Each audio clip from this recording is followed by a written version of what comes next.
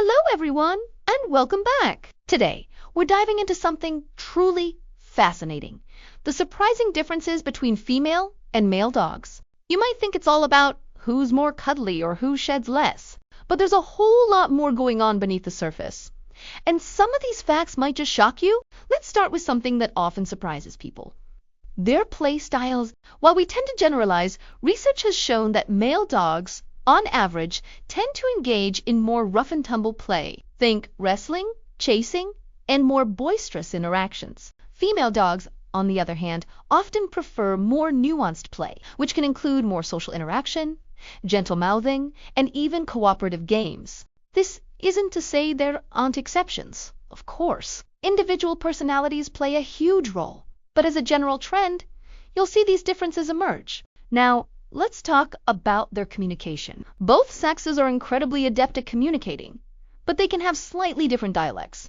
Male dogs might be more inclined to use scent marking as a primary way to communicate their presence and status. You've probably seen this in action. Female dogs, while also using scent, might rely more on body language and vocalizations to convey their needs and emotions. This can include a wider range of whines, barks, and subtle shifts in posture. Understanding these nuances can really deepen your bond with your canine companion. When it comes to training and learning, there are some interesting observations. Many trainers and owners report that female dogs can sometimes be more focused and attentive during training sessions, especially when it comes to learning commands. This isn't to say male dogs aren't intelligent or trainable, far from it, but the drive and focus can sometimes manifest differently. Male dogs might be more easily distracted by their environment or other stimuli, but they can also be incredibly motivated by praise and rewards. It really comes down to understanding what motivates your individual dog. Let's touch on social dynamics.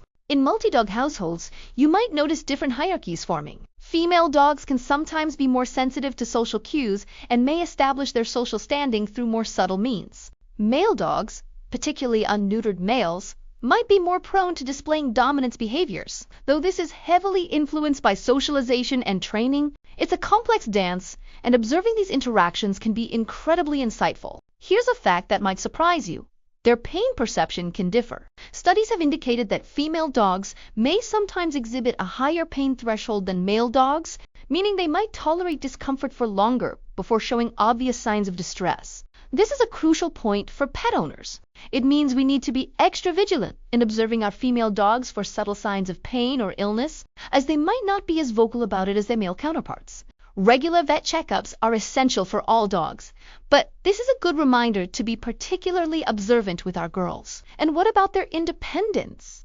Generally speaking, female dogs are often perceived as being more independent. They might be content to entertain themselves for longer periods and can be less prone to separation anxiety compared to some male dogs. Male dogs, on the other hand, can sometimes be more Velcro dogs, wanting to be close to their owners and seeking constant interaction. Again, this is a generalization, and individual personalities are key, but it's a common observation. Finally, let's consider their protective instincts. Both male and female dogs can be fiercely protective of their families and territory. However, some research suggests that female dogs, particularly those who have been mothers, might exhibit a more instinctual and vigilant protective behavior towards their pack, which includes their human family. This can manifest as being more alert to unusual sounds or strangers. It's truly amazing how much variation exists within our canine friends, and understanding these general tendencies can help us become even better pet parents. Remember, these are broad strokes, and every dog is an individual with their own unique personality, upbringing, and experiences. The most important thing is to love, understand, and care for your dog, regardless of their gender. Thank you so much for joining me today for this exploration. I hope you found these facts as interesting as I do. If you enjoyed this video and learned something new, please consider giving it a thumbs up and subscribing for more content like this. We'd love to hear your thoughts in the comments below. Do any of these facts surprise you? Or have you observed these differences in your own dogs? Until next time, take care of yourselves and your wonderful furry companions.